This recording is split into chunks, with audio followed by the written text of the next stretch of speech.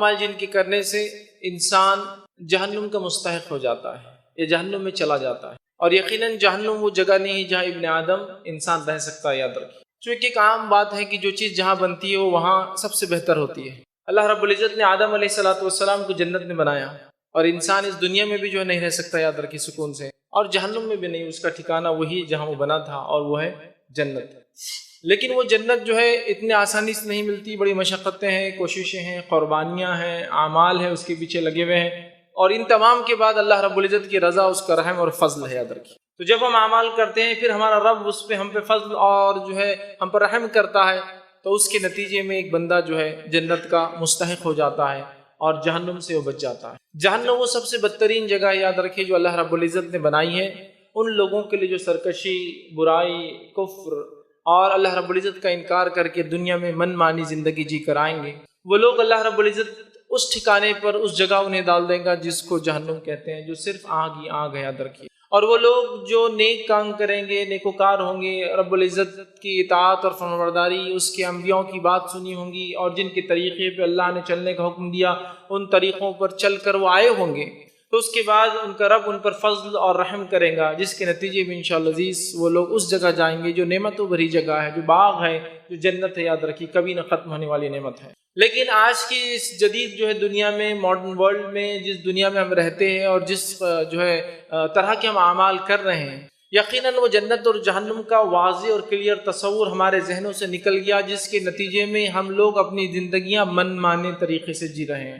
صحابہ رضی اللہ عنہم کی زندگیاں آپ دیکھیں، کبھی کبھار ان کی زندگی اور ان کے واقعات، ان کے حالات، ان کے صدقات، ان کے خیرات، ان کا اپنا جان، اپنی مال، اپنے شہر، اپنے وطن کو چھوڑنا تعجب لگتا ہے، اور دوسرے الفاظ میں کہوں تو دیوانگی کی حد تک نظر آتا ہے کہ ایک شخص ساری زندگی جس شہر میں گزارتا ہے، اور اسے صرف دین اور ایمان کی وجہ سے جب کہا جاتا ہے وہ اپنا شہر کو خیر آباد کر کے نکل جاتا ہے۔ زمین، جائیداد، آبا و اجداد، کیا کچھ نہیں انسان کو محبت دی ایک جگہ جہاں وہ رہتا ہے۔ جو لوگ کسی دوسرے علاقے سے دنیا کے آج یہاں ہیں، دوسری تیسری نسلیں بھی یہاں ہیں، تو اس علاقے کو اپنے یاد کرتے ہو ہم وہاں سے آئے ہوئے، تو انسان کو محبت ہوتی تو شہر چھوڑ دیا۔ کسی کو جو ہے ضرورت پڑنے پر جب کہا گیا کہ اپنا مال لگا دو تو سارا مال خرچ کر، کسی سے کہا گیا کہ یہاں تمہاری جان کی ضرورت ہے تو جان بھی دے دی اس نے۔ تو ایک تعجب کرنے والا سماج نظر آتا ہے صحابہ کا، ایک دم مطلب دیوانگی کی حد تک وہ اعمال کر رہے ہیں، مطلب کچھ بھی کرتے ہیں، مال بولے مال خرچ، زمین بولے زمین خرچ، جائیداد بولے جائیداد چھوڑی، شہر بولے شہر چھوڑا، بیوی بچوں کو چھوڑنا بیوی بچوں کو چھوڑ دیا، اور جان دینے کی باری آئی تو جان بھی اپنی دے دی بالکل آسانی سے۔ تو یہ مزاج صحابہ کا کیسے بنا تھا؟ اس لیے کہ صحابہ کے نزدیک دو چیزوں کے تصور بہت کلیئر تھے، اتنے واضح تھے کہ یہ جنت ہے اور یہ جہنم، اور اتنا کلیئر تصور تھا کہ وہ ہر عمل کے پیچھے اس چیز کو دیکھتے تھے اور کسی چیز کی طرف لپکتے تھے جب جنت کا تصور دیکھتے، مطلب جب ان کو ان کے نبی کے ذریعے محمد صلی اللہ علیہ وسلم بشارت دی جاتی کہ یہ عمل کرنے والا جنت میں جائیں گا، تو ان کو وہ چیز نظر آتی جو انہیں کہا جا رہا تھا، اور وہ لپک پڑتے اس عمل کی طرف۔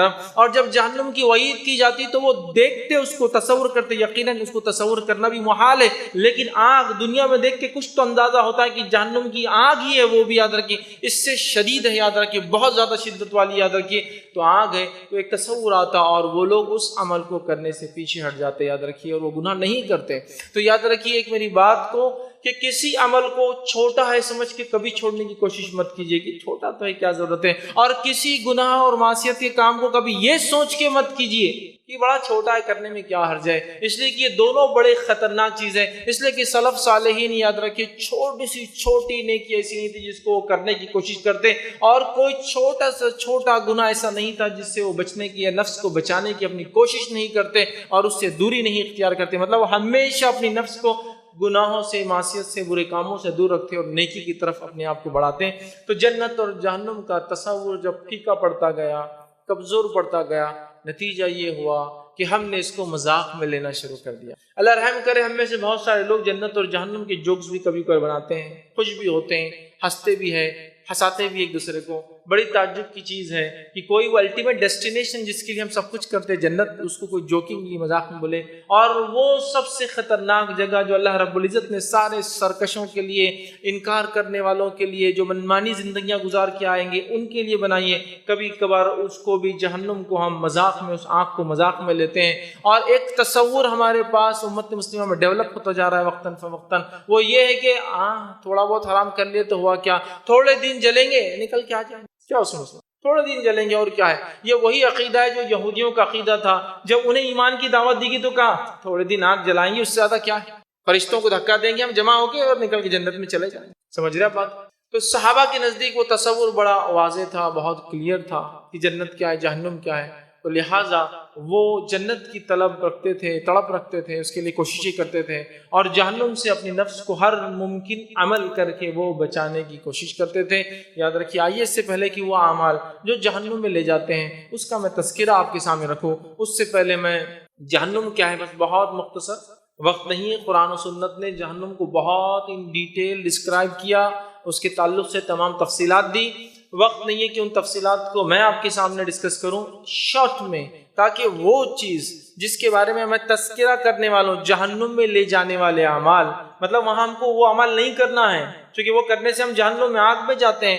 تو وہ آگ ہے کیا، وہ جہنم ہے کیا، اس کا ایک مختصر سا بیورا، اس کا مختصر سی خبر جو اللہ کی کتاب نے اور نبی اکرم صلی اللہ علیہ وسلم ہمیں دی وہ رکھتا ہوں. لیکن یاد رکھیے تمام تذکرے کے بعد بھی ایک چیز اپنے ذہن میں ذہن نشین کر لیجیے، بٹھا لیجیے، وہ یہ ہے کہ اس کی شدت کو ہم سمجھ نہیں پائیں گے، اس لیے کہ جنت اور جہنم وہ دو چیزیں ہیں جس کو کوئی ذہن تصور بھی نہیں کر سکتا. لیکن سمجھانے کے لیے بتایا گیا یہ شدت ہوں گی، وہ تصور بھی نہیں کر سکتے، مطلب وہ شدت کی کیا انتہا ہوں گی ہم نہیں جانتے، اور جنت تصور بھی نہیں کر سکتے، مطلب نعمت کی کیا انتہا ہوں گی اندازہ نہیں. لیکن یہ سمجھ میں آ سکتا جھاڑ ہوں گے کس لیول کے، کس درجے کے، کس کوالٹی کے، ممکن نہیں تصور کر سکتے، لیکن کم از کم ایک احساس تو ہوتا ہے کہ کیا نعمتیں جو ملنے والی ہیں. لہٰذا قرآن نے کچھ باتیں کہی، حدیث میں کچھ باتیں آتی ہے، حوالے الحمدللہ میرے پاس موجود ہیں. وقت اتنا نہیں کہ ساری چیزوں کے حوالے رکھوں، بس مختصر سے بیان کرتے ہوئے چلا جاؤں گا. تو جہنم کے تعلق سے یاد رکھیں قرآن نے جو اس کے تذکرہ کیا، سورہ قاف میں اللہ رب العزت فرماتا ہے کہ قیامت کے دن ہم جہنم سے جو پوچھیں گے کیا تو بھر گئی، اور وہ کہیں گی کہ نہیں، ابھی کیا کوئی اور ہے، مجھ میں جگہ باقی ہے. تو گویا جہنم کوئی ایسی چیز نہیں ہے کہ جو کبھی بھر سکتی ہے. ساری انسانیت بھی گناہ اور معصیت کرے اور اللہ رب العزت سب کو بھی ڈال دے، تب بھی وہ خالی رہنے والی یاد رکھی وہ جگہ. تو لہٰذا اللہ فرما رہا ہے کہ جہنم سے جب پوچھا جائے گا تو وہ کہیں گی کیا اور ہے، اور ہوں گے تو لوگوں کو دھکا دے دو اور مجھ میں ڈال دو. اسی طرح جو ہے سورہ ملک میں اللہ رب العزت فرماتا ہے جب کافر جہنم میں پھینکے جائیں گے تو وہ جہنم کو جو ہے دہاڑ، اس کی جو ہے آواز کو سن کے، وہ ہولناک آوازیں سن کر جو ہے جس میں جہنم جوش جو ہے کھا رہی ہوں گی، ایسا معلوم ہوا غصے سے اب جہنم پھٹ جائیں گی. مطلب جہنم ایسی آوازیں نکالیں گی کہ جہنمی کافر ڈریں گے کہ جہنم جیسے پھٹ پڑیں گی جو ہے. اسی طرح اللہ رب العزت فرماتا ہے قرآن کے اندر سورہ مدثر کے اندر اللہ نے فرمایا کہا جہنم پر جو 19 فرشتے تعینات ہیں جو لوگوں کو جہنم کے اندر دھکا دیں گے. اسی طرح اللہ رب العزت قرآن نے فرماتا ہے سورہ یونس کے اندر جہنم کو جو ہے دیکھتے ہی کافروں کے چہرے جو انکار کرتے دنیا میں کالے اور سیاہ پڑ جائیں گے. جس طرح سے لوگ کو بھیانک ایکسیڈنٹ کو، برا واقعہ کو، بری چیز یا وہ شخص یا وہ ذات جس کو ایکسپیکٹ نہیں کر رہے تھے یہاں ہو، دیکھ کر انسان ڈر جاتا ہے تو چہرے کا رنگ پھٹ جاتا ہے، کسی کا خون مطلب سفید یا پیلا پڑ جاتا ہے. لیکن جہنم کی شدت، اس کی ہولناکیاں، اس کی آگ، اس کی تپش اور اس میں لوگوں کی تکلیفیں دیکھ کر جو لوگ کافر ہوں گے ان کے چہرے سیاہ اور کالے پڑ جائیں گے. اسی طرح جہنم کے تعلق سے اللہ رب العزت فرماتا سورہ فرقان کے اندر جہنمی عذاب سے تنگ آ کر موت طلب کریں گے لیکن انہیں کبھی موت نہیں دی جائیں گی، اس لیے کہ جنت اور جہنم میں یاد رکھیے انسان کو موت نہیں. یاد رکھیے انسان یا تو جنت میں ہمیشہ رہیں گا یا پھر جہنم میں ہمیشہ رہیں گا. ہاں کچھ لوگ ایسے ہوں گے جو جہنم میں جا کر بھی انشاءاللہ عزیز اللہ کے فضل جنت میں جائیں گے، لیکن جہاں بھی الٹیمیٹ ڈیسٹینیشن ہوگا وہ ہمیشہ کے لیے ہوگا. یاد رکھیے ہمیشہ ہمیشہ کی وہاں زندگیاں ہوں گی. یاد رکھیے اسی طرح سورہ مومنون میں اللہ فرماتا ہے جہنم کی آگ جہنمیوں کے چہروں کو جو ہے گوشت کو جو ہے جلا ڈالیں گی اور ان کے جبڑے جو ہے باہر نکل کر اور شدت سے آ جائیں گے. اسی طرح اللہ رب العزت سورہ اعلیٰ کے اندر فرماتا ہے کہ جہنم کی آگ نہ زندہ چھوڑتی ہے نہ مرنے دیتی ہے، ایک ادمری سی زندگی انسان وہاں جو گزارے گا، جو اس میں جائیں گا. سورہ ہمزہ میں اللہ نے فرمایا جہنم کی آگ لوگوں کو جو ہے چکنا چور کر دیں گی، ہلاک اور برباد کر دیں گی. اسی طرح اللہ رب العزت قرآن میں فرماتا ہے سورہ دخان کے اندر جہنمیوں کو تھور کا زہریلا جو ہے کانٹے دار درخت، بدبودار درخت جو ہے کھانے کے لیے دیا جائے گا، جس کی وضاحت حدیث میں یوں آتی ہے کہ یہ درخت اتنا زہریلا، اتنا خراب ہوگا کہ اگر یہ درخت دنیا میں اگر لگا دیا جائے تو سارا سبزہ، اس کی سڑن، اس کی بو، اس کی گندی بو کی وجہ سے، اس کے زہر کی وجہ سے سارا سبزہ، گرینری ختم ہو جائیں گی اور ساری زندہ چیزیں مر جائیں گی. اس کے یاد رکھیں اس کے صرف اثر سے جھاڑ کے. اسی طرح جو ہے جہنمیوں کے جو زخموں سے بہنے والا خون اور پیپ جو ہے اور نیز کھولتا ہوا پانی جو ہے جہنمیوں کو پینے کے لیے دیا جائے گا. جو مشروب جہنمیوں کو لوگوں کو پینے دی جائیں گی وہ یہ ہوں گی کہ جہنمیوں کے خود جسموں سے نکلتا ہوا سڑا ہوا خون اور پیپ اور کھولتا ہوا پانی جو ہے پینے کے لیے دیا جائے گا. اسی طرح جو ہے جہنمیوں کو آگ کا لباس پہنا جائے گا. جہنم ویسے پوری آگ ہے، اوپر آگ ہے، نیچے آگ ہے، ادھر آگ ہے، ادھر آگ ہے، بچھونا آگ کا، کھانا آگ کا، بیڑیاں آگ کی، تمام چیزیں سزا جو بھی دی جا رہی ہے وہ آگ اور اس کے اندر ہے. اس کی آگ کی تپش کے تعلق سے نبی اکرم صلی اللہ علیہ وسلم حدیث سے فرماتے ہیں اس کی آگ کی تپش دنیا کی آگ سے 70 ٹائم 70 درجے زیادہ ہے. اگر ایک عام اعتبار سے یہ لے لے کہ انسان دنیا میں جو آگ پیدا کر سکتا ہے، ہم جانتے ہیں آج دنیا میں لوگ جو ہے لاکھوں ڈگری سینٹی گریڈ تک کی فائر آگ پیدا کر سکتے ہیں، جس سے نیوکلیئر فیشن ہوتا ہے، جو سب سے چھوٹا ذرہ ہوتا ہے ایک مادے کا، اس کو توڑا جاتا ہے. یاد رکھیے ایٹم جس کو کہتے ہیں، لاکھوں ڈگری ٹیمپریچر ہوتا ہے. یاد رکھیے اتنے کو نہ بھی لے، خالی سمجھنے کے لیے اگر میں یہ کہوں آپ کے علاقے میں جو شدید دھوپ ہوتی ہوں گی جب گرمیوں کے اندر، تو ٹیمپریچر 40 44 45 یا 47 ڈگری تک جاتا ہے. اس گرمی کو تصور کیجئے اور جہنم کی آگ اس کے مقابلے میں اگر 70 پکڑ لے آپ صرف تپش کے اعتبار سے، تو آپ اندازہ لگائی جو شخص شدید گرمی میں 2 سے 3 دن اگر دھوپ میں کھڑا ہو تو میں سمجھتا ہوں سن اسٹروک سے وہ جو ہے تیسرے چوتھے دن مر جائیں گا. تو خالی اس کو تصور کر لے تو باقی معاملہ میں سمجھتا ہوں تفصیل میں جانے کی ضرورت نہیں ہے. اسی طرح جہنمیوں کے ہاتھ اور پاؤں زنجیر باندھ دی جائیں گے، اس لیے کہ وہ بھاگ نہ سکے، اس لیے کہ ہم جانتے ہیں جب انسان جلتا ہے تو بھاگتا ہے، بھاگنے سے تھوڑا ریلیف ملتا ہے. ان کو وہ سہولت نہیں جائیں گی، بیڑیاں بھی آگ کی ہے اور وہ اس کے اندر باندھے بھی ہوں گے. اسی طرح اللہ رب العزت فرماتا ہے جہنمیوں کے ہاتھ اور پاؤں زنجیر سے جو باندھ دیے جائیں گے اور آگ کے شعلے ان کے چہروں پر جو ہے مارے جائیں گے. ٹھیک ہے، اسی یہ سورہ ابراہیم کی آیت تھی. اسی طرح اللہ فرماتا ہے کہ جہنمیوں کے چہروں پر جو ہے شعلے برسائے جائیں گے، جہنمیوں کے لیے آگ کا اوڑھنا ہوگا اور آگ کا بچھونا ہوگا.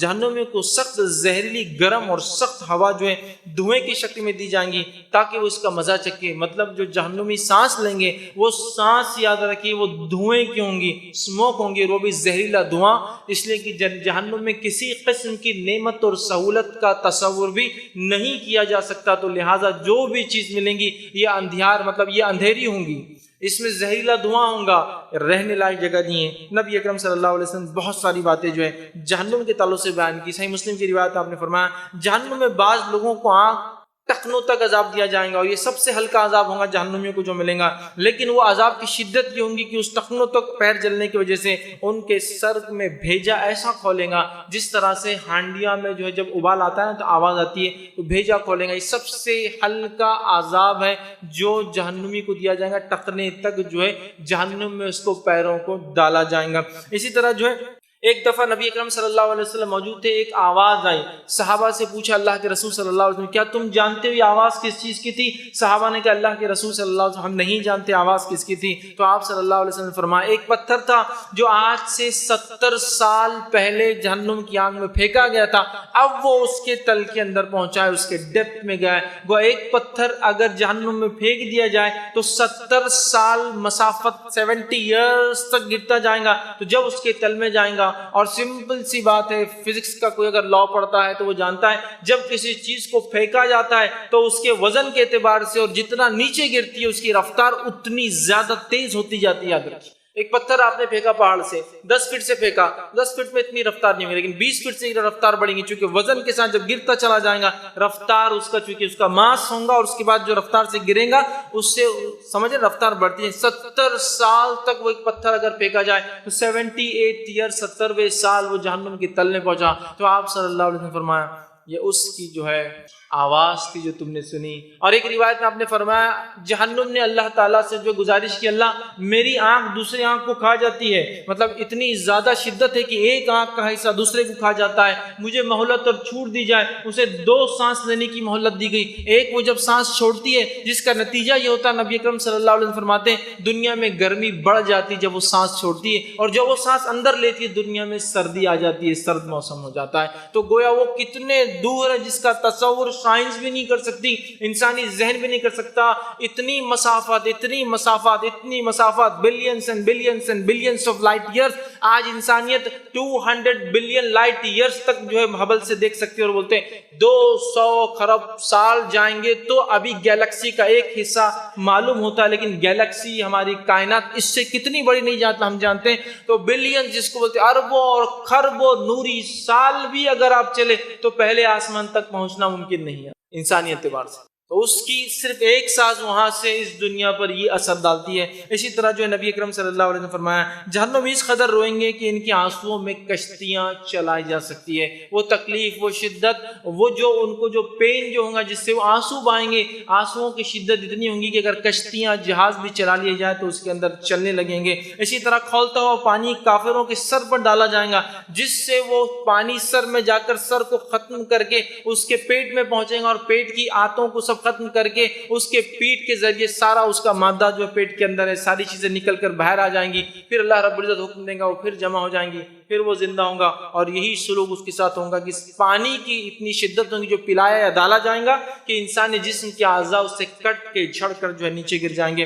اسی طرح جو ہے نبی اکرم صلی اللہ علیہ وسلم نے فرمایا کہ جہنم میں بختی اونٹ کے برابر سانپ ہوں گے، اور خچر جو گھوڑے جیسی قسم ہوتی ہے خچر کے برابر بچھو ہوں گے، اور جب ایک ان میں سے سانپ اور بچھو مطلب جو کہ اونٹ کے برابر سانپ اور خچر کے برابر بچھو ڈسیں گا تو 40 سال تک وہ جہنم میں اس کے پین، اس کی شدت کو محسوس کریں گا۔ یاد رکھیے 40 سال تک یاد رکھیے اس شدت کو محسوس کریں گا۔ یاد رکھیے اتنے سخت قسم کے عذابات یاد رکھیے جہنم کے اندر ہے۔ یہ چند باتیں تھیں، چند جھلکیاں تھی، چند نمونے تھے جو قرآن نے اور حدیث نے جہنم کے تعلق سے ہمیں بتائے۔ یاد رکھیے بڑی سخت جگہ، یاد رکھیے بڑی سخت جگہ، یاد رکھیے یہ ایسی جگہ نہیں ہے جہاں کوئی بھی انسان کبھی جانا پسند کرے گا۔ جامع ترمذی کی روایت ہے اللہ رب العزت نے جب جنت بنائی تو جبرائیل سے کہا جبرائیل جاؤ دیکھو جنت میری کیسی میں نے بنائی ہے انسانوں کے لیے۔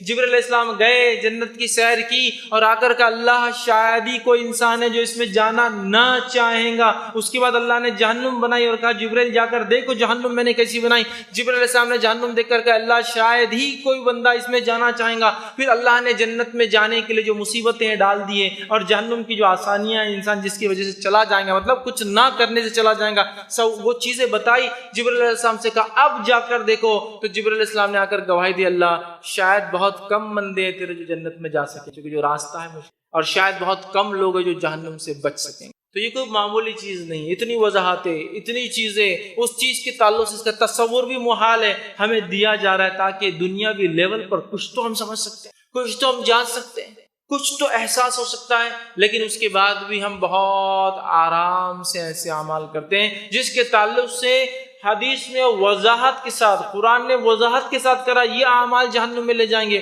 اور میں آج جن اعمال کو رکھوں گا وہ جو عقائد سے ریلیٹڈ اعمال نہیں ہوں گے، اخلاقیات سے متعلق ہوں گے۔ تو عقائد کے تعلق سے ہم جاتے کافر جہنم میں جائیں گے، منافق جہنم میں جائیں گے، میں وہ نہیں رکھوں گا، وہ عقائد ہے۔ ہم معاملات کے تعلق سے، چونکہ ہم مسلمان آپس میں بات کریں، ہم معاملات کے تعلق سے باتیں دیکھیں، وہ معاملات جن کے کرنے سے انسان جہنم میں جائیں گا، اس لیے کہ وہ باتیں، وہ اعمال جو ہمارے نزدیک کبھی کبھار بڑے معمولی ہوتے، حقیر ہوتے، ہلکے ہوتے ہیں، کوئی ویلیو نہیں ہوتی ہے، وہ اعمال اللہ کے نزدیک بہت بڑے، بہت عظیم، بہت مرتبے والے، بہت پسندیدہ ہوتے ہیں، اتنے زیادہ کہ اللہ اس ایک عمل کی وجہ سے بندے کی مغفرت کر دیتا ہے، مطلب گناہ معاف۔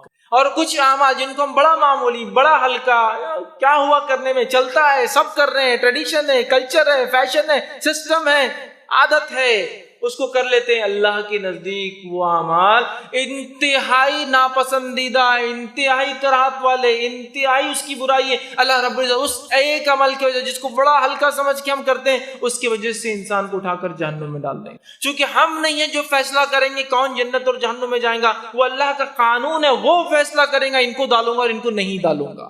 یہ بات میں اس لیے کہہ رہا ہوں کہ بہت سارے اعمال کو ہم کیا ہوا بولتے، کیا ہوا کر لیے، تو کیا ہوا بول دیے، تو کیا ہوا سن لیے، تو کیا ہوا دے دیے، تو سمپل، اتنا سمپل۔ لیکن اندازہ لگائیے حدیث کے اندر ایک واقعہ سنیے، ایک شخص تھا، پیاسا تھا، کنویں میں اترا، چونکہ پانی نکالنے کو ڈول نہیں تھا، اندر اترتا ہے، پانی پی کر اوپر آتا ہے، جب باہر آتا ہے دیکھتا ہے کتا پیاسا ہے، زبان باہر ہے، وہ سوچتا ہے اس کا وہی حال ہے جو میرا حال تھا۔ وہ پھر کنویں میں جاتا ہے، چونکہ ڈول نہیں تھا، اپنے جوتی کو اتارتا ہے، پانی جوتی میں لیتا ہے، منہ میں جوتا پکڑتا ہے، اوپر آتا ہے اور کتے کو پانی پلاتا ہے۔ اللہ رب العزت کو یہ ادا اس کی پسند نہ جاتی، چھوٹا سا عمل جانور کے ساتھ، ابھی کتے کے ساتھ جو عین حرام ہے، ہر چیز اس کے حرام، تجارت حرام، اس کی چیزیں استعمال حرام، اس کا کھانا حرام، لیکن اس کے ساتھ رحم کرتا ہے، اس پر جو ہے اس کو جو ہے اس کا اچھا پانی پلاتا ہے۔ اللہ رب العزت اس کی مغفرت کرے. اور دوسرے واقعے میں صحیح بخاری کی دونوں بھی روایت، پہلی بھی اور دوسری بھی، ایک عورت ہوتی ہے بلی کو پکڑ لیتی ہے، گھر میں باندھ دیتی ہے، نہ باہر جانے دیتی ہے، نہ کچھ خود کھلاتی ہے، نتیجتاً وہ بلی مر جاتی ہے. عمل کے اعتبار سے چھوٹا ایک جانور مر گیا، کیا ہوتا ہے؟ کس کو احساس؟ اس کا گاڑی کے نیچے آ کے مر گیا.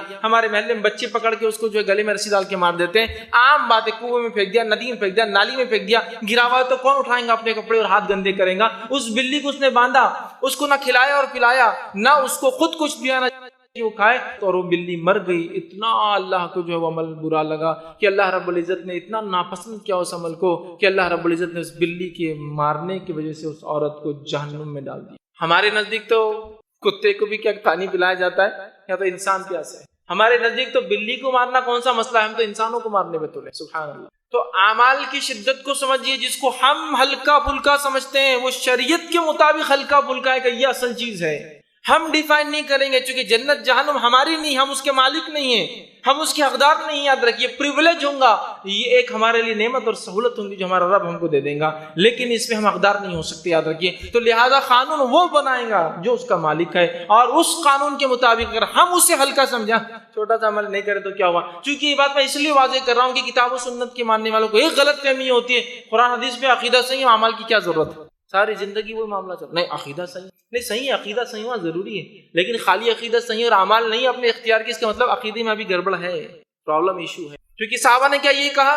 کیا بلال رضی اللہ عنہ نے یہ کہا کہ میں غلام ہوں اللہ کے رسول صلی اللہ علیہ وسلم، ایمان کا اگر اظہار کروں گا تو لوگ بہت تکلیف دیں گے، لہٰذا ایمان کافی ہے نا، بس ختم. بلال رضی اللہ عنہ پکڑے اس لیے گئے کہ آپ نماز پڑھ رہے تھے، اور معلوم ہو گیا ان کے آقا کو کہ یہ نماز پڑھ رہے ہیں، مطلب محمد صلی اللہ علیہ وسلم کے طریقے پہ بہت تکلیفیں اٹھانی پڑی. صحابہ نے یہ نہیں سمجھا نا کہ عقیدہ صحیح ہونا کافی، جنت میں جانے کے لیے اعمال کی ضرورت نہیں ہے، بلکہ سلف صالحین کا، اور یاد رکھیے یہ سلف صالحین کا عقیدہ تھا اور یہ ان کا منہج اور طریقہ تھا کہ وہ عمل کو ایمان کا حصہ مانتے تھے. اور اس کی دلیل یہ ہے، یاد رکھیے نبی اکرم صلی اللہ علیہ وسلم فرماتے ہیں ایمان کی 77 شاخیں، سب سے افضل اور اونچی شاخ ہے لا الہ الا اللہ، اور سب سے ادنا شاخ ہے راستے سے تکلیف دہ چیز کو ہٹانا. تو یہاں تو ایمان میں شامل ہے عمل، راستے سے تکلیف دہ چیز کو ہٹانا شامل ہے، تو حدیث کے اندر ہی شامل ہے کہ اس کا ایک حصہ ہے، برانچ ہے، شعبہ ہے، سیکشن ہے، ڈپارٹمنٹ ہے اس کا. سمجھ رہے بات کو؟ تو لہٰذا اعمال جن کو ہم عام سمجھتے اور معمولی سمجھ کے کرتے ہیں، اعمال جن کو ہم خاص سمجھتے، یہ ضروری نہیں کہ وہ عام اور خاص ہو، شریعت اس کو خاص اور عام کہتی ہے کیا، لہٰذا وہ اعمال جو شریعت کہتی ہے غلط ہے اس سے ہر ممکن کوشش کریں ہم بچیں، اور وہ اعمال جو شریعت کہتی ہے کرو اس کو ہر ممکن کوشش کریں ہم کریں. اب آئیے وہ کیا کام ہے جو کام کرنے سے انسان اس چیز کا مستحق ہو جاتا ہے، اس چیز میں چلا جاتا ہے جہاں اس نے جانا نہیں چاہیے، وہ اس کا ٹھکانہ نہیں ہو سکتا، اس لیے کہ وہ بہت بری اور سخت جگہ. یاد رکھیے. آئیے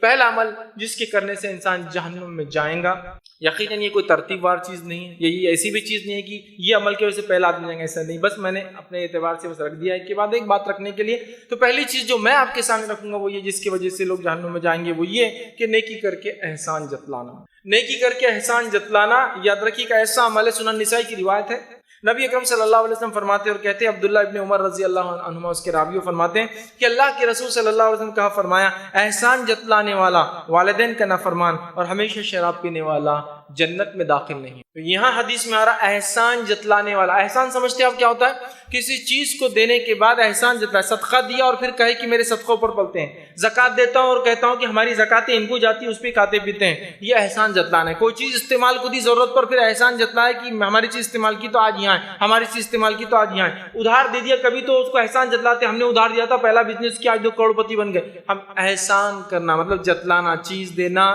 پیسہ دینا، مشورہ دینا، کچھ بھی ہو سکتا ہے، اور اس کے بعد جتلانا کہ دیکھو ہمارے وجہ سے فلاں فلاں فلاں ہو رہا ہے.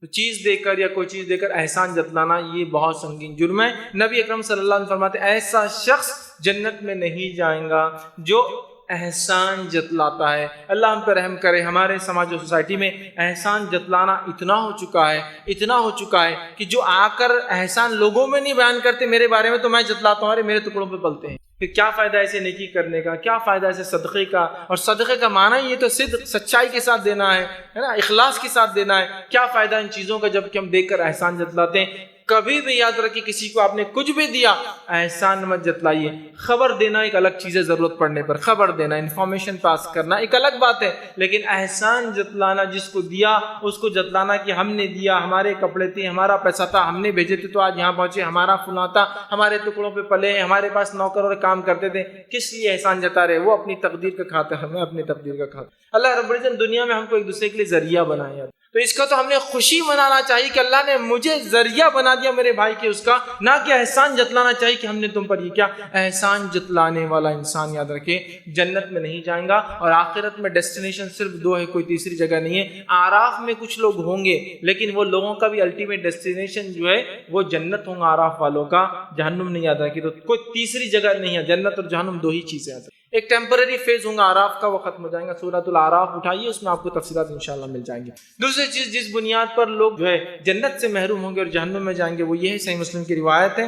عبداللہ بن مسعود رضی اللہ عنہ فرماتے اور کہتے ہیں کہ نبی اکرم صلی اللہ علیہ وسلم نے بیان کرتے ہوئے سنا، فرماتے ہوئے سنا، وہ شخص جنت میں نہیں جائے گا جس کے دل میں ایک ذرہ برابر بھی تکبر ہو. وہ شخص جنت میں نہیں جائے گا جس کے دل میں ذرہ برابر بھی تکبر ہو. وہ شخص جنت میں نہیں جائے گا جس کے دل میں ذرہ سمجھتے ایک پارٹیکل، ہوا چلتی ہے، علماء لکھتے ذرہ کی شرح میں وہ کبھی کبھار روشنی آتی ہے ایک سوراخ میں سے گھر میں، ہے نا، یا کسی جگہ، اس روشنی میں کچھ چیزوں کو آپ اڑتے ہوئے دیکھتے ہیں، وہ چیزیں اڑتے رہتی ہے بغیر پھونکے کے، بس جو نیچرل ہوا چل رہی ہے اسی اڑتی ہے، اس کو کہتے ہیں ذرات. ذرہ برابر بھی تکبر ہوگا، کبر ہوگا، وہ جنت میں نہیں جائیں گا. تو اس کا ٹھکانہ کیا ہوگا؟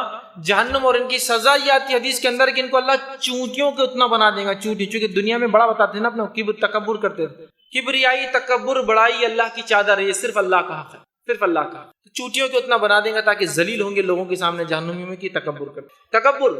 اور آج تکبر کا کیا عالم ہے، کیا جام ہے، کیا معاملہ ہے، میں کیا بتاؤں. مردوں کو اپنے مال پہ تکبر، جسمانی صلاحیتوں پہ تکبر، عقلی صلاحیتوں پر تکبر. اچھا جسم ہے تو ٹھیک ہے، اچھا جسم اچھی بات ہے، آپ اللہ کی عبادت میں لگائیے، مسلمانوں کی مدد کیجیے، کار خیر ہے کہیں باقی جس میں آپ کی ضرورت ہے، لیکن اس سے تکبر ہے نا. مال ہے اس سے تکبر. عورتیں ہماری ماں بہنیں ہیں تو شوہر اچھا ہے مالدار، اس کا تکبر. خوبصورتی ہے اس کا تکبر. بچے اچھا پڑھتے ہیں اس کا تکبر. اچھے کورسز کرتے ہیں اس کا تکبر. کون سا ایسا شعبہ ہم دنیا کا زندگی کا چھوڑیں گے جس میں ہم نے تکبر نہیں کیا ہو؟ حتیٰ کہ کچرا بھی پھینکیں گے تو برانڈیڈ چیزوں کو پھینک کر تکبر کریں گے، میرے گھر کا کچرا یہ. سبحان اللہ، رحم کر. کیا سماج ہو گیا ہے. شادی بیاہ ہمارے تکبر کی علامت، ہمارا پہناوا ہمارے تکبر کی علامت. اللہ نے آپ کو دیا ہے، خوب پہنیے، منع نہیں ہے اسلام میں، لیکن مقصد تکبر، دکھاوا ہو کہ اپنی بڑائی لوگوں میں بیان کروں کہ یہ پہنتا ہوں، یہ کھاتا ہوں، یہ استعمال کرتا ہوں، یہ اڑتا ہوں، ایسا سوتا ہوں، ایسا جاتا ہوں، یہ گاڑیاں استعمال کرتا ہوں، یہ کلاس میں سفر کرتا ہوں. کیا ضرورت ہے ان چیزوں کو بیان کرنے کی؟ اللہ کی نعمت ہے، آپ استعمال کرتے تو کرتے رہیے. سلف صالحین میں سے کچھ کے واقعات تو یوں آتے ہیں کہ اگر کبھی ان کے پاس آم آ جاتے کھانے کے لیے، کیونکہ ہر کوئی آم نہیں کھا پاتا، تو وہ چھلکوں کو بھی اپنے نوکروں کو حکم دیتے کہ رات کے وقت لے جا کر پھینکنا، اس لیے کہ ہو سکتا ہے جو نہ کھا سکے اسے دیکھ کر برا لگے. سمپلسٹی. تو یہ ان کا حال تھا. لیکن ہمارے تکبر کا حال کیا ہے آپ دیکھیے. کبر، تکبر، میں نیچے بیٹھ کے کھاؤں گا، میں اس جگہ پہ جا سکتا، یہ گاڑی پہ میں بیٹھ کے جاؤں گا.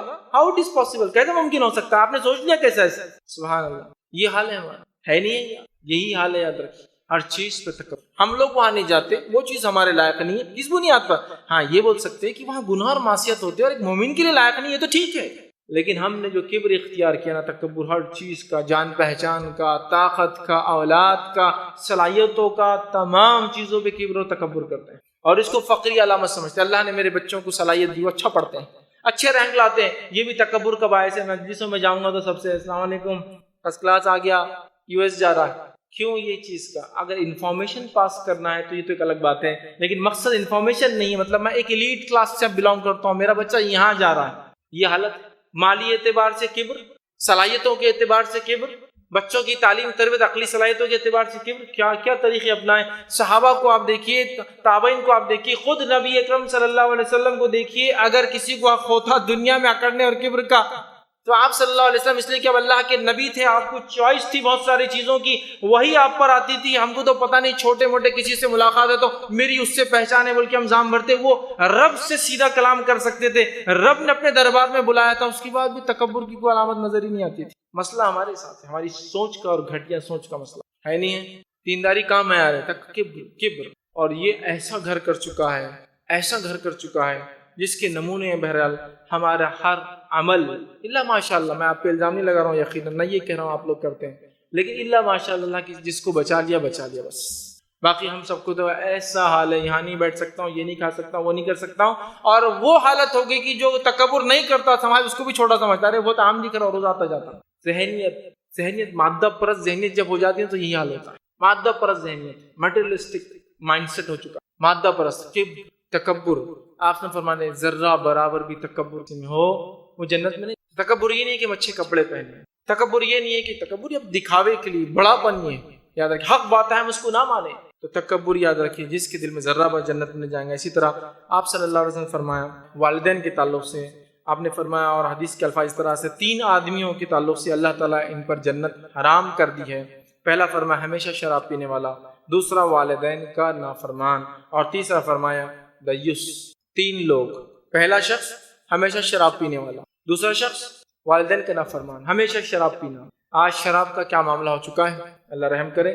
مسلم کلچرز میں بھی، اسلامی کلچر ایک الگ چیز ہے، اب یہاں بہت سارا ڈیفرنسیشن کرنا پڑتا ہے آج کل۔ اسلامی سماج ایک الگ سماج ہوتا ہے اور مسلم سماج ایک الگ سماج ہوتا ہے۔ مسلم سماج ہونے کے باوجود بھی ہمارے پاس شراب دیکھ کس دھڑلے سے بک رہی ہے، کس دھڑلے سے پی جا رہی ہے۔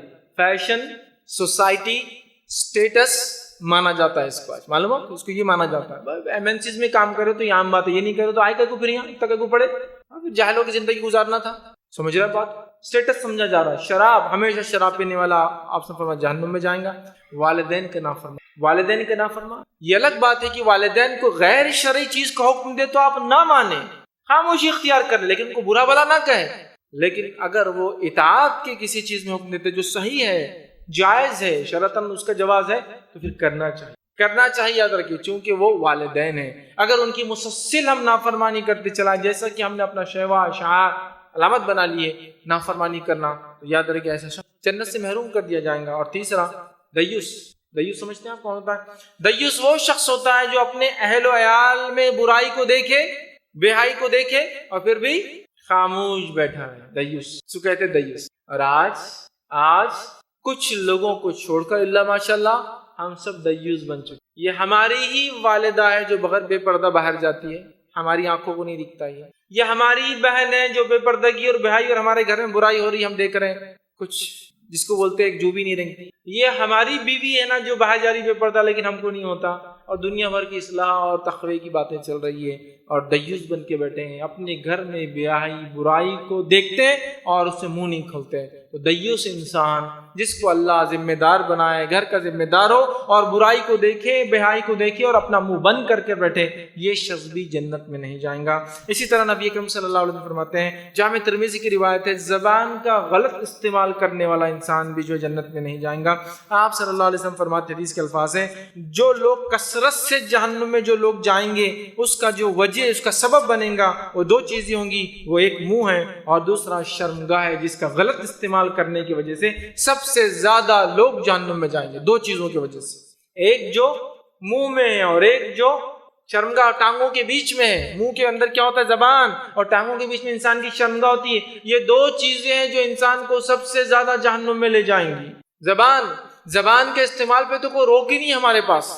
حالت یہ کہ نہ بچوں کو تربیت دی جاتی نہ ہم خود اس پر وہ کرتے ہیں، والدین کو اٹھا کر بول دیا، پڑوسی کو اٹھا کر بول دیا، کچھ ہوتے گالی دے دی کسی کو، یوں ہی بس غلط بیانی کر دی، جھوٹ بول دیا، بکواس بک دی، غیبت کر دیا، بہتان لگا دیا، چغلیاں اس کی کری جا رہی ہے، کتنے سارے گناہ، گالی گلوچ، گندے الفاظ کیے جا رہے ہیں، جبکہ نبی اکرم صلی اللہ علیہ وسلم کی حدیث سنیے، آپ صلی اللہ علیہ وسلم فرمائے کہ روایت کے الفاظ ہیں کہ بندہ ایک ایسا کلمہ، ایک ایسا جملہ بغیر سوچے سمجھے بول دیتا ہے، یہ بخاری کی روایت، بغیر سوچے سمجھے بول دیتا ہے، اللہ کو اتنا پسند آ جاتا ہے کہ اللہ اس کے بدلے اس کی مغفرت کر۔ زبان کا استعمال بغیر سوچے سمجھے، لیکن صحیح بات کر دیا۔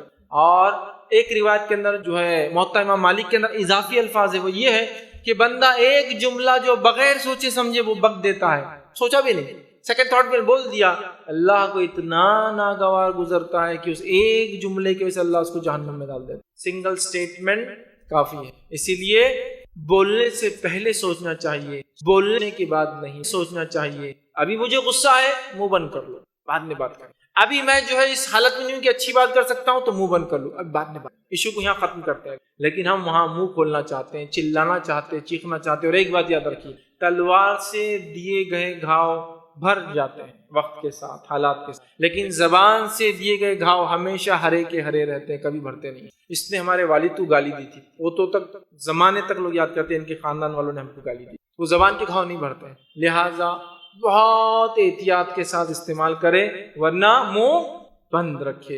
یہی نصیحت نبی اکرم صلی اللہ علیہ وسلم کی حدیث میں فرمایا، جب مومن بات کرے تو اچھی بات کرنے والا منہ بند رکھیے، اس کے لیے بہتر ہے۔ اسی طرح جو ہے چغلی کرنا یاد رکھیے، صحیح مسلم کی روایت ہے، نبی اکرم صلی اللہ علیہ وسلم نے فرمایا، کہا چغل خور جنت میں داخل نہیں ہوں گا۔ چغلی کیا ہوتی ہے آپ کو وضاحت کر دیتا ہوں۔ غیبت، چغلی اور بہتان تین چیزیں ہیں جس کا تعلق ایک ہی مسئلے سے، ایک ہی بات سے ہے۔ ایسی کوئی بات جو انسان کے اندر موجود ہو، ایسی کوئی برائی، خامی، کمزوری ایک انسان میں موجود ہو اور وہ آپ اس کے پیٹھ پیچھے بولے، اگر اس کے سامنے بولا جاتا تو اسے برا لگتا۔ ایک آدمی خد میں کم ہے، اسے گڈا بولنا برا لگتا ہے، حالانکہ وہ خد میں کم ہے لیکن اسے برا لگتا ہے، تو اس کے پیٹھ پیچھے آپ نہیں بول سکتے۔ یہ ہے غیبت، یہ ہے غیبت۔ ایسی کوئی بات اپنے بھائی کے پیٹھ پیچھے تم کہو جو اس کے سامنے کہو تو اسے برا لگے، یہ غیبت ہے، یہ غیبت ہے۔ کسی نے پوچھا کہ اگر اس میں یہ بات ہے اور ہم بول رہے ہیں تو کہا یہی تو غیبت ہے، اور اگر نہیں ہے بول رہے تو بہتان ہے۔ تو ایسی کوئی بات جو ایک انسان میں ہو لیکن اس کی پیٹھ پیچھے کہی جائے، سامنے کہے تو برا لگے، پیٹھ پیچھے کہنا غیبت۔ وہ کوئی بات جو انسان کے سامنے کہی جائے برا لگے، اس کے پیٹھ پیچھے اس لیے کہنا کہ دو لوگوں میں جھگڑا ہو جائے، چغلی۔ اور وہ کوئی بات جو انسان میں ہو صفت، وہ اس کے پیٹھ پیچھے بولا جائے تو وہ اس کو برا مانتا ہے اور وہ اس میں ہو ہی نہ بولنا، بہتان۔ تو غیبت وہ چیز ہے آپ بول رہے ہیں، غیبت وہ چیز نہیں ہے آپ بول رہے ہیں، بہتان الزام، اور وہ چیز ہے لیکن آپ اس لیے بول رہے ہیں کہ دو لوگوں میں جھگڑا ہو جائے، اسے کہتے ہیں چغلی۔ اور چغلی کا یہ عالم ہے، لوگوں کو لڑانے کے لیے کیا مرد اور کیا عورت، چلتے چلتے چغلی کی اور نکل گئی، بس جاتے جاتے رہے وہ تمہارے بارے میں ایسا بول رہا تھا، حالانکہ کچھ بھی نہیں تمہارے سامنے۔ اب یہ آدمی کا خون کیسا کھولتا، وہ ایسا بول رہا تھا میرے بارے میں، یہ کر رہا تھا، چلے گئے۔ مقصد کیا تھا، یہ لڑے دونوں، یہ چغلی ہے۔ تو چغل خور جنت میں، سمجھ رہے بات، جو کسی کی برائی پیٹھ پیچھے اس لیے کرے کہ وہ لڑ پڑے دو لوگ، وہ چغلی ہے۔ اور آج نہ اس سے دیندار حلقہ بچا ہے، نہ بے دین حلقہ بچا، نہ مرد بچے ہیں نہ عورتیں بچی ہیں، نہ ہمارے بچے محفوظ ہیں اس سے، بلکہ اس کی ٹریننگ اور تربیت پہلے دن سے، روز اول سے ہم دیتے ہیں انہیں۔ اور جو جتنا غیبت میں آگے، جتنے بہتان لگاتا ہے، جتنی چغلی کرتا ہے، سماج میں ایک سٹیٹس اور مقام رکھتا ہے، معلوم مقام رکھتا ہے، لوگ اس کی تعریف کرتے ہیں، بھائی بہت کچھ کر سکتا ہے یہ، چاہے تو دو میں لڑا دے، دو کو ملا دے، دو کو یہ کر دے، الزام لگا دے، سب کر سکتا ہے۔ سٹیٹس یہاں بڑا ہو سکتا، وہاں کیا ہوں گا، اپنے سٹیٹس کا عالم وہ لگا لے، اس لیے کہ ایسا شخص جنت میں نہیں جائیں گا۔ چغلی سے، غیبت سے، بہتان سے ہم توبہ کرے اللہ۔ اسی طرح خام و خواہ بنا کسی وجہ کے رشتوں کو توڑنا، یہ بھی یاد رکھیے جہنم میں جانے کی وجہ ہے۔ بخاری کی روایت ہے، نبی اکرم صلی اللہ علیہ وسلم نے فرمایا، کہا جنت میں جو ہے کاٹنے والا، رشتوں کو توڑنے والا، رحم کے جو رشتے توڑنے والا، کاٹنے والا، یعنی رشتہ داری کو توڑنے والا جنت میں نہیں جا۔ آج ہم رشتہ داری کو بنا دینی وجوہات کے توڑتے ہیں، دینی بنیاد پہ آپ توڑ سکتے ہیں کہ مجھے برائی کا حکم دیتے ہیں، منکر کا حکم دیتا ہے، اچھے کام سے روکتے ہیں تو میں اس حد تک ان سے دور رہتا ہوں، باقی سارے معاملات مدد کرنا یہ میں کرتا ہوں اس لیے کہ رشتہ دار ہے نا۔ لیکن ہم رشتے کو توڑ لیتے ہیں، فلاں ہوا انہوں نے یہ نہیں کیا، رشتہ توڑ دیا میں نے، انہوں اچھی بات نہیں کر، رشتہ توڑ دیا میں نے، ایک بار ہم کو نہیں بولا شادی میں، رشتہ توڑ دیا میں نے، ہم نے بولا ہے نہیں، رشتہ توڑ دیا میں نے، ہاں بار بار آ کے یہ کر رہے، اپنا رونا رو رہے، رشتہ توڑ دیا میں نے ان سے، آگے ڈر لگ رہا کہ پیسے مانگیں گے، مانگا نہیں، رشتہ توڑ دیا میں نے ان سے۔ اب میں باہر چلا گیا، لوکل لوگوں سے رشتے زیادہ نہیں رکھ سکتا ہوں، رشتہ توڑ دیا۔ میں باہر رہتا ہوں یار، انڈیا جاتا کس سے نہیں ملتا یار، وہ بور کرتے، وہ اپنے کو اب جمتا ہی نہیں، وہ سب اب غلط کی عادت ہوگی، اپنے رشتہ توڑ دیا میں نے۔ سبحان اللہ، یہ کوئی شرعی وجہ نہیں ہے، کوئی شرعی وجہ سے بنا شرعی وجہ کے رشتوں کو توڑنا۔ اسی طرح حرام کھانوں کو کھانا، نبی اکرم صلی اللہ علیہ وسلم فرماتے، ابن حبان کی روایت، حرام کھانے سے مراد صرف کھانا نہیں، حرام سے مراد وہ انکم جس سے حرام لقمہ انسان بنا کے کھاتا ہے وہ ہے۔ نبی اکرم صلی اللہ علیہ وسلم فرماتے اور کہتے ہیں کہ جو جسم حرام غذا پر پلا ہے وہ جنت میں نہیں جائے۔ اور ایک روایت میں فرمایا، جس جسم کی پرورش حرام پر ہوئی ہے جہنمی اس کا سب سے بہتر ٹھکانہ ہے۔ آج انکم میں حلال حرام کی تمیز بہت کم لوگ رکھتے ہیں، اور جو رکھتا ہے وہ افسوس کی بات، لوگ اس کو بیوقوف سمجھتے ہیں، ایمانداری سے کام کرتا بیوقوف، ایسا کرنا، رشوت نہیں لیتا بیوقوف، پھر کہیں کو آئے نوکری کے اندر جب رشوت نہیں لینا تھی تو بیوقوف کہیں کا، تو بیوقوف سمجھتے ہیں، لیکن وہ بڑا ہوشیار اور دانا ہے آخرت کے اعتبار۔ دنیا میں ہو سکتا ہے بیوقوف کہلا، چونکہ اس کی عمارتیں چھوٹی رہ جائے، ہو سکتا فور ویلر میں کبھی نہ گھوم پائے، وہ مسئلہ نہیں، لیکن آخرت کے اعتبار سے سوچ کی رفتار سے انسان چلنے والا ہے وہاں اس کو ملنے والی ہے ساری چیز. دنیا میں یہ نعمتیں جانے سے تو بہت بڑا اس کا لاس بالکل بھی نہیں ہو رہا ہے. حرام چیزوں سے اجتناب کرنا بڑی اہم چیزیں. اسی طرح اپنے پڑوسی کو تکلیف دینا. صحیح مسلم کی روایت ہے نبی اکرم صلی اللہ علیہ وسلم فرمایا کہا جس شخص کا ہمسایہ اس کے شر سے محفوظ نہ ہو وہ جنت میں داخل نہیں ہو. جس کا پڑوسی اس کی شرارتوں سے محفوظ نہ ہو وہ جنت میں نہیں جائیں گے. اور جب بھی پڑوسی کی بات آتی نا تو ہم اپنے آپ کو پڑوسی تصور کرتے ہیں اور بولتے ہیں ہاں میرا پڑوسی ایسی کر رہا جیسا فیض بھائی آپ بول رہے تھے نا روز تنگ کر. نہیں, میرا پڑوسی نہیں, میں جس کا پڑوسی ہوں وہ کیا سوچتا مجھے وہ سوچتا. وہ میرے ساتھ برا سلوک کرتا لیکن میرا اچھا رہے. یہ بات بڑی اہم ہے, پڑوس بڑی اہم ہے. آپ صلی اللہ علیہ وسلم فرماتے ہیں جب کوئی انسان اپنا گھر بیچنے کا ارادہ کرے پہلے اپنے اطراف کے لوگوں سے, اگر تیرا پڑوسی تیرے گھر کے اوپر اپنی ناٹ رکھنا چاہے تو رکھنے کی اجازت دے. معلوم رکھنے کی اجازت دے. ہوتے تھے نا ناٹ ہوتے تھے شیطیر وہ جو لکڑی کی ڈالا کرتے تھے کسی زمان, تو کہا اجازت دے دیا کرو. اس طرح فرمایا جب تم گھر بیچنے کا ارادہ کرو پہلے پڑوسی کو بتایا کرو. کیوں؟ تو اس لیے کہ پڑوسی بھی کچھ سوچ کے آپ کے پڑوس میں آتا ہے نا, ارے وہ رہتے کیا وہاں, چلو گھر لیں گے بہت اچھے لوگ ہیں. اب آپ بیچ کے ایک دم جائیں گے تو وہ پریشان ہوتا ہے. حالانکہ کوئی وعدہ نہیں ہوتا کہ آپ رہیں گے لیکن کچھ کنسیڈریشنز تھے, آپ تھے بلکہ وہ آیا تھا, تو پہلے اس کو حق دینا چاہیے کہ آپ لینا چاہیے تاکہ پڑوس میں کوئی دوسرا نہ ہے, آپ ہی لے.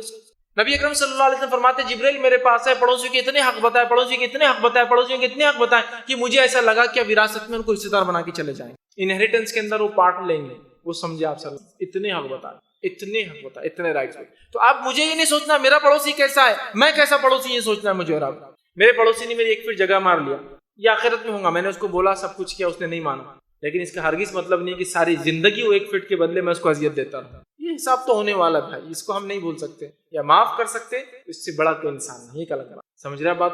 یہ بڑی اہم چیز, یہ بڑی اہم چیز. اور انسان اپنی کبھی کبھار اصلاح کی کوشش کرتا ہے لیکن پھر اس کو موقع نہیں ملتا. ایک چھوٹا سا واقعہ سناتا ہوں. یہاں ایک واقعہ یہ میرے شہر کا واقعہ کہ ایک پڑوسی تھے, وہ کہیں گلف میں رہتے تھے, کہیں زمانہ رہے, انہوں نے ایک پلاٹ لے رکھا تھا.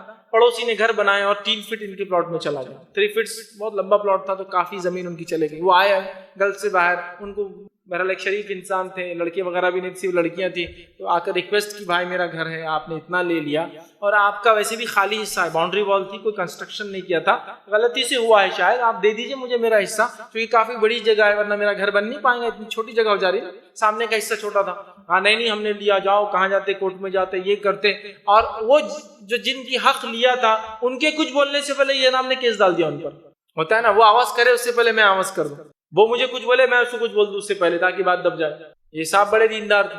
کہا ٹھیک ہے میں اس کے لیے تم کو لیکن معاف نہیں کروں گا, بڑا میں نے محنت کی, پیسہ کمایا, اتنا ہی تھا جو کچھ بچا کے لایا اور تم نے یہ حرکت کی, معاف نہیں کروں گا, جبکہ تم جانتے ہو تم نے حق مارا ہے, میں تم کو معاف نہیں کروں گا. نتیجتاً یہ ہوا کہ وہ صاحب وہاں آئے, اپنا گھر بنایا, اور گھر بنانے کے 1 مہینے بعد انتقال کر گئے. کون؟ جن کا گھر تھا, وہ جن کی جگہ گئی تھی. اب وہ جو کو عقل آئی کچھ سالوں بعد کہ یار یہ چلا گیا, میں بھی اسے چل جاؤں گا. اچانک آئے اتنا سب کچھ کے چلے گئے دنیا. اس کو ڈر لگا کہ یار میں بھی ایسے چل جاؤں گا دنیا سے تو کیا ہوں گا. آ کر کہا کہ بھائی وہ یہ جو ہے زمین آپ کی لے لو. تو ان کی پڑوسیوں نے کہا کہ اب ہم نہیں لے سکتے, ہمارے والد مرنے سے پہلے وصیت کر گئے, اس سے کبھی مت لینا زمین, سمپل ختم. اب میں واپس نہیں لے سکتے, ہم لوگ نہیں لیں گے, اب تم جانو وہ زمین جانے, تمہارا مسئلہ.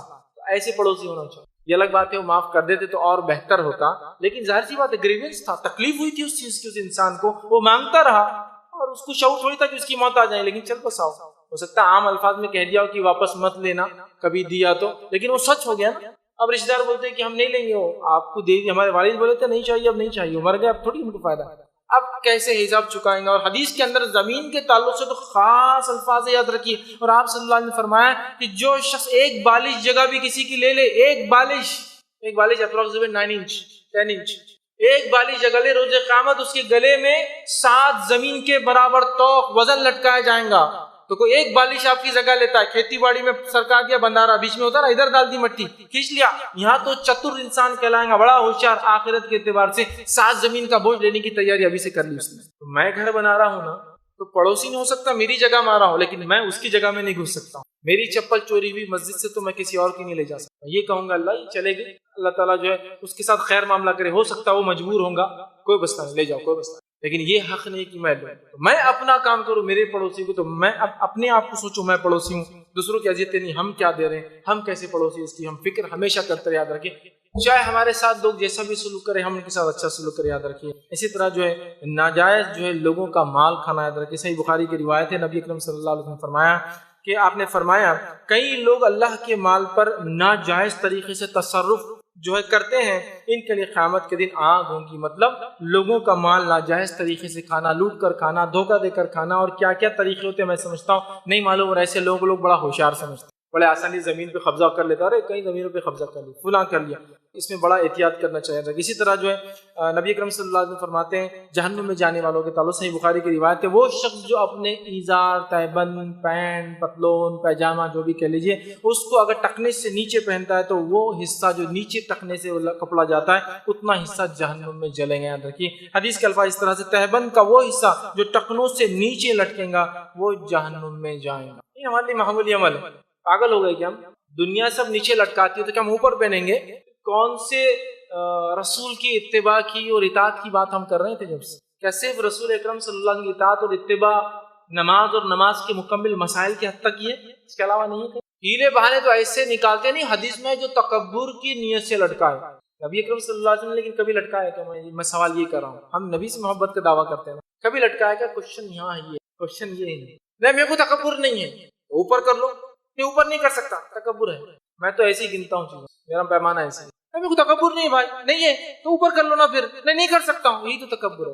حق بات آنے کے بعد جھٹلانا. نہیں ہے، آپ کیسے بولیں گے آپ کو تکبر نہیں؟ ابوبکر صدیق رضی اللہ عنہ لٹکاتے تھے. مسائل تو ایسے نکالتے جو اپنا فائدہ رہیں گا، ہر چیز دلیل یہ وہ سند سب پہ بحث ہوں گی. باقی جگہ ابوبکر صدیق رضی اللہ عنہ ایک مرتبہ آئے اور آخر وقت میں ہوا یہ کہ آپ کا پیٹ تھوڑا بڑا ہو گیا، تو روایت میں آتا ہے صحابہ ایسے بھی نہیں تھے کہ روز کپڑے خرید رہے ہیں، حالات بھی ویسے نہیں تھے. تو آپ نے کیا کیا، وہ پیجامہ تھا اس کو ایسا کھوس لیتے تھے. تو اب ہوتا یہ تھا کہ وہ ایک طرف چڑھتا تھا، اس طرف نہیں چڑھتا تھا. پیجامہ بیچ میں سے ایک حد تک آ کے اٹک جائیں گا، پھر تو کھوس لیتے. ایک طرف اونچا ہوتا ایک طرف نیچا ہوتا تھا، ایک لٹکتا تھا اور ایک اوپر ہوتا تھا. نبی اکرم صلی اللہ علیہ وسلم فرمایا ابو بکر کو تکبر نہیں. ابو بکر کی گواہی نبی اکرم صلی اللہ علیہ وسلم نے لے لی، میری اور آپ کی کون لیں گا؟ حدیث کو اگر لیں گے آپ تو وہاں تو اللہ کے رسول گواہی لے رہے ہیں، ابو بکر کو نہیں ہے. اور اگر ابوبکر صدیق کی اتباع میں کرنا ہے تو ایک لٹکانا اور ایک اوپر کرنا، دونوں نیچے کے الفاظ نہیں، ایک لٹکتا تھا وہ بھی پیٹ بڑا ہونے سے. تو صحابہ نے کمپلین کی تو اللہ کے رسول نے کہا کہ ابوبکر کو تکبر نہیں، تو ان کی گواہی دی جا چکی بھائی میری اور آپ کے لیے. ہم کو اونچا رکھنا ہے تاکہ تکبر ہمارے اندر نہ آئے. یاد رکھیے اسی طرح سونے کے برتنوں میں کھانا اور پینا، اور سونے کی چیزوں کا مردوں کا پہننا، انگوٹھی وغیرہ جو پہنتے ہیں، یاد رکھیے جہنم کی علامت ہے. آپ نے فرمایا کہ جو سونے کے برتن میں کھاتا پیتا ہے وہ جہنم کی آنکھ بھر رہا ہے. ایک روایت میں فرمایا جو سونے کی انگوٹھی پہنتا ہے وہ اپنے ہاتھ میں آنکھ کا انگارہ لیتا ہے. اور یہاں ایک چلن ہے، شادی سے پہلے وہ انگوٹھی پہنا دیتے اور سونے کی انگوٹھی مرد کے ہاتھ میں ہوئی تو اس کا مطلب اس کی شادی ہو رہی ہے، وہ ایٹ لیسٹ انگیج ہو گیا ہے. سبحان اللہ. مطلب ہماری شادیوں کو اتنا غیر سنت کر دیا کہ ابتدائی اس کی جہنمی علامت اور جہنمی عمل سے شروع ہوتی ہے. ارے نہیں بھائی سسٹم ہے، بڑے بڈھے کرتے تھے، آپ کیسا غلط بول دیتے، وہ تو خواہش رہتی، وہ تو تمنا رہتی، وہ تو ارمان نکلتے، وہ تو ایسا ہوتا. ایک بار تو شادی ہوتی، سونے کا ہے تو کیا ہوا، نیت اس کی پاک اور صاف ہے، اچھی نیت سے کر رہے، اس نیت سے کر رہے کہ سفر میں گیا مرور گیا تو بیچ کے کچھ اس کی تدفین ہو جائیں گی. 100 باتیں کر رہے ہیں، اتنی بات سمجھ میں نہیں آ رہی. نبی اکرم صلی اللہ علیہ وسلم مسجد نبوی میں ایک نوجوان کو دیکھا انگوٹھی پہن کر ہاتھ میں آیا. نبی اکرم صلی اللہ علیہ وسلم دیکھا سونے کی انگوٹھی تھی. آپ صلی اللہ علیہ وسلم نے کہا کیا تو چاہے گا تیرے ہاتھ میں آنکھ کا انگارہ ہو؟ تو کہا نہیں. تو کہا انگوٹھی اتار کر پھینک دے. اس نے انگوٹھی اتاری اور پھینک دی. صحابہ میں سے کچھ لوگ اور کہا اے نوجوان وہ انگوٹھی اٹھا کر اپنے گھر میں کسی محرم کو دے دو، گھر میں کوئی عورتیں ہوں گی ان کو دے دو نا وہ. تو کہا جس چیز کے تعلق سے اللہ کے رسول صلی اللہ علیہ وسلم نے کہا اتار کر پھینک دو، میں اس کو کبھی نہیں اٹھا سکتا، چھوڑ کر چلے گا. لیکن یہاں تو ایسا کوئی بولے اتار کے پھینک دو تو یہ تو ہو ہی نہیں سکتا. ارے اتار کے رکھ دو بھائی، پھینکو نہیں کر رہا ہوں میں، تو رکھ دو، چھوڑ دو وہ عمل. نہیں ہو سکتا، امی سے پوچھنا پڑے گا پہلے. یاد رکھیے ہماری والدہ نہیں آئیں گی جہنم کے پاس کی میرے وجہ سے اللہ کرتا تھا، اس کو چھوڑ دو مجھے ڈالو. وہاں پہچانیں گے بھی نہیں وہ ہم کو. یاد ہے کہ جب تک کہ اعمال کا حساب و کتاب نہیں ہوتا کوئی نہیں پہچانے گا. ماں بیٹوں بچوں کو دیکھ کے بھاگیں گے، کہاں کیا اعمال مانگ لے، نہیں ہونے والا. تو وہاں کسی کی وجہ سے کیوں اپنی آخرت، خبر سے ہی کوئی نہیں آنے والا تو باقی کیا، جنازے میں بھی کوئی نہیں ہوتا، خبر میں بھی کوئی نہیں ہوتا ہے، منکر نکیر آئیں گے بھی تو کوئی نہیں ہوگا، اللہ کے سامنے کھڑے ہوں گے تو کوئی نہیں ہوگا، کوئی بھی نہیں ہوگا. یاد رکھیں اس کے بعد سب ملنے والے ہیں. پھر وہاں کوئی آ کے مدد، ہیلپر، رینسم مطلب بدلے میں کچھ دینا کوئی نہیں ہوگا. یاد رکھیں اس بات کو، یاد رکھیں. اسی طرح عورتوں کا مردوں کی مشابہت کرنا، مطلب مردوں کے جیسا لباس پہننا، یہ بہت عام ہو چکا ہے، اس سے اجتناب کرنا چاہیے. اور یہ تربیت بچیوں کو بچپن سے دینی چاہیے، ورنہ چھوٹی بچیوں کو ہم نے دیکھا مردوں سے کپڑے، جینس اور ٹی شرٹس اور شارٹس اور سلیکس اور پتہ نہیں کیا کیا عجیب و غریب چیزیں جو اسلامک مطلب جس کو کہیں گے اسلام کی بنیادوں کو ڈھانے والی، بے حیائی کی جو نمونہ اور بے حیائی کے علمبردار ہماری چھوٹی چھوٹی بچیاں ہو جاتی. جب یہی بچیاں بڑی ہوتی ہیں تو پھر کہاں سے سیدھا اچھے کپڑے پہنیں گی، کیونکہ بچپن سے اسی ماحول میں رہی ہو. بچپن سے حیا ادا لیا رکھیے. اور اللہ رحم کرے میں نے ایسے لوگوں کو بھی دیکھا جو اپنی چھوٹی بچیاں جو مہینے 2 مہینے کی بھی ہو ان کے ڈائپرز بھی کسی غیر محرم کے سامنے نہیں بدلاتے. حیا پردہ یہ ٹھیک ہے بچی چھوٹی ہے لیکن پھر بھی یہاں تو حیا کا تقاضا جب وہ سیکھیں گی اپنی ماں سے کہ اس کا ظاہر سے بچی چھوٹی بھی تھی تو کسی کے سامنے نہیں کھلتی تھی تو کس لحاظ سے کس اعلیٰ جس کو حیا کے معیار پر جو ہے پرورش پائیں گی اندازہ لگایا جا سکتا. اور پھر ایسے بے حیا کپڑے آپ پہنا گھمائیں گے نہیں بچی تو ہے. تو میرا یہ سوال ہے لوہا گرم ہوتا ہے تو ہتھوڑے مارتے یا پھر اس کے ٹھنڈا ہونے کے بعد ہتھوڑے مارو گے بتاؤ؟ تو بچوں کی تربیت بچپن میں ہوں گی یا بڑے ہونے کے بعد بولیں گے بچی بڑی ہو گئی اب اس کے کپڑے تو بولتی نہیں چھوڑتی میں یہ کپڑے پہننا برقعے کے اندر پہن کے جاؤں گی نہیں چھوڑتی. آپ نے تربیت نہیں کی.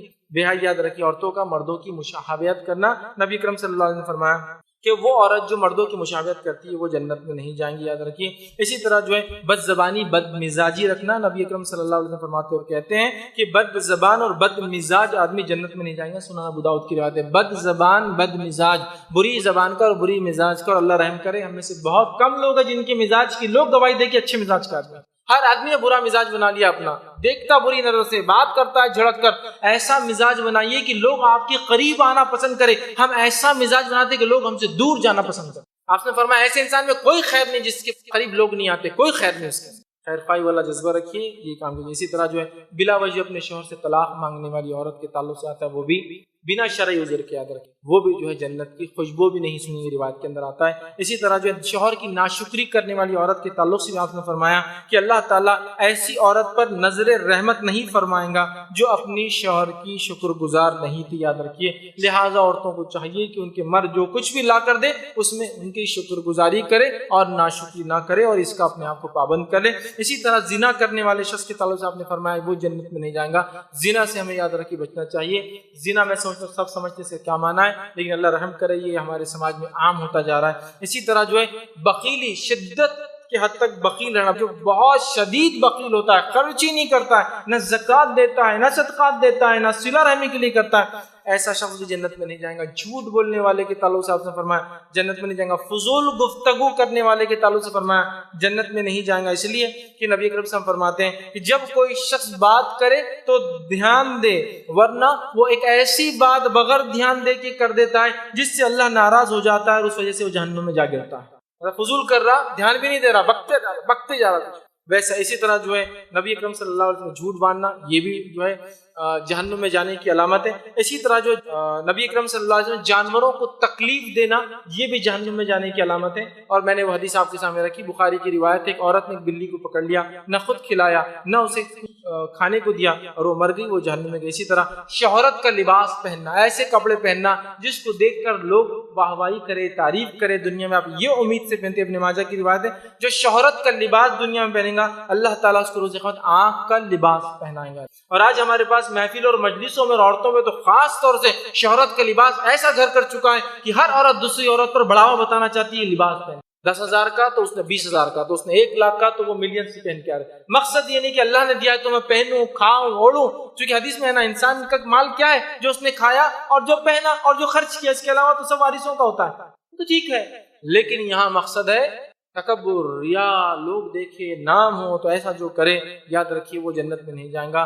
مردوں کا سونا پہننا اس کی تفصیلات میں نے رکھ دی. اسی طرح جو ہے جو چیز جو ہے ہمیشہ شراب پینے والا جو ہے جنت میں نہیں جائیں گے حدیث میں. اسی طرح غیبت کرنے والے کے تعلق سے میں نے وضاحت کی, وہ بھی جنت میں نہیں جائیں گے. اسی طرح سود کھانے والا انسان جنت میں نہیں جائیں گا, وہ جہنم میں جائیں گے. یاد رکھیے سود بڑی عام لعنت ہو چکی ہے, ہمیں چاہیے اپنے نفسوں کو جو ہے اس سے حفاظت کرے. ناحق کسی کو قتل کرنے والا مومن کو یاد رکھیے وہ جنت میں نہیں جائیں گا. اسی طرح اچھی طرح وضو نہ کرنے والے کے تعلق سے بھی حدیث میں الفاظ دیکھیے کیا ہے. آپ صلی اللہ علیہ وسلم فرمایا وضو کے تعلق سے, ایک شخص نے وضو کیا اور ایڑیاں جو ہیں ان کی سوکھی تھی. آپ صلی اللہ علیہ وسلم نے چند لوگوں کو وضو کرتے ہوئے دیکھا جن کی ایڑیاں گیلی نہیں تھی, سوکھی تھی اور چمک رہی تھی سوکھنے کی وجہ سے. تو آپ صلی اللہ علیہ وسلم نے فرمایا خشک ایڑیوں کے لیے آگ ہے, ہلاکت ہے, وضو کو اچھی طرح کیا کرو ورنہ وہ حصہ ایڑی کا جہنم میں جائیں گا. یہ وہ چند اعمال پہ بہرحال جو اس مختصر سے وقت میں نے آپ تمام کے سامنے رکھی، لیکن یہی وہ اعمال نہیں تھے، یہ وہ چند اعمال تھے جن کے تعلق سے حدیث میں یہ الفاظ آتے ہیں کہ جہنم میں جائیں گا یا جنت سے محروم کر دیا جائے گا یا آگ میں ڈالا جائے گا۔ ہمیں چاہیے کہ ان اعمال سے اور اس طرح کے جتنے اعمال ہیں جو جہنم کی طرف لے جاتے ہیں اس سے اپنے آپ کو بچانے کی ہر ممکن کوشش کریں، اور کسی گناہ اور معصیت کے کام کو معمولی سمجھ کرنے کی کبھی کوشش نہ کریں، یاد رکھیے، اور کسی نیکی کو یاد رکھیے، چھوٹی سمجھ چھوڑیے، ہر چیز کو کرنے کی کوشش کریں اور جہنم کا صحیح تصور اپنے ذہنوں میں لائے تاکہ ہم لوگ جو ہے اللہ رب العزت کی جنت کی طرف لپکے، اچھے اعمال کی طرف لپکے اور گناہ اور معصیت اور برے کام سے اپنے نفس کو، اپنے نفس کو، اپنے آپ کو، اپنے آل اولاد کو بچا کر رکھیں۔ اسی پر اپنی بات کو انشاءاللہ جس میں ختم کروں گا۔ اللہ رب العزت سے آخر میں دعا ہے کہ اللہ سبحانہ تعالیٰ ہم تمام کو ہر اس عمل سے بچائے جو جہنم کی طرف لے جاتا ہے، ہم تمام کو ان اعمال کرنے کی توفیق دے جو جنت کی طرف لے جاتے ہیں، ہر اس گناہ سے اور معصیت سے بچائے جو آگ کی طرف جس کا راستہ جاتا ہے، اور ہمیں اپنا محبوب بندہ بنائے، وہ کام کرنے کی توفیق عطا فرمائے جن کاموں سے اللہ تو خوش ہوتا ہے اور راضی ہوتا ہے، ہر اس کام سے ہمارے نفس کو بچنے کی توفیق عطا فرمائے اللہ جس کام سے تو ناراض ہوتا ہے، جب تک ہمیں زندہ رکھ ایمان اور اسلام پر زندہ رکھ، جب بھی ہمیں موت دے ایمان پر موت دے۔ وآخر دعوانا الحمدللہ رب العالمین۔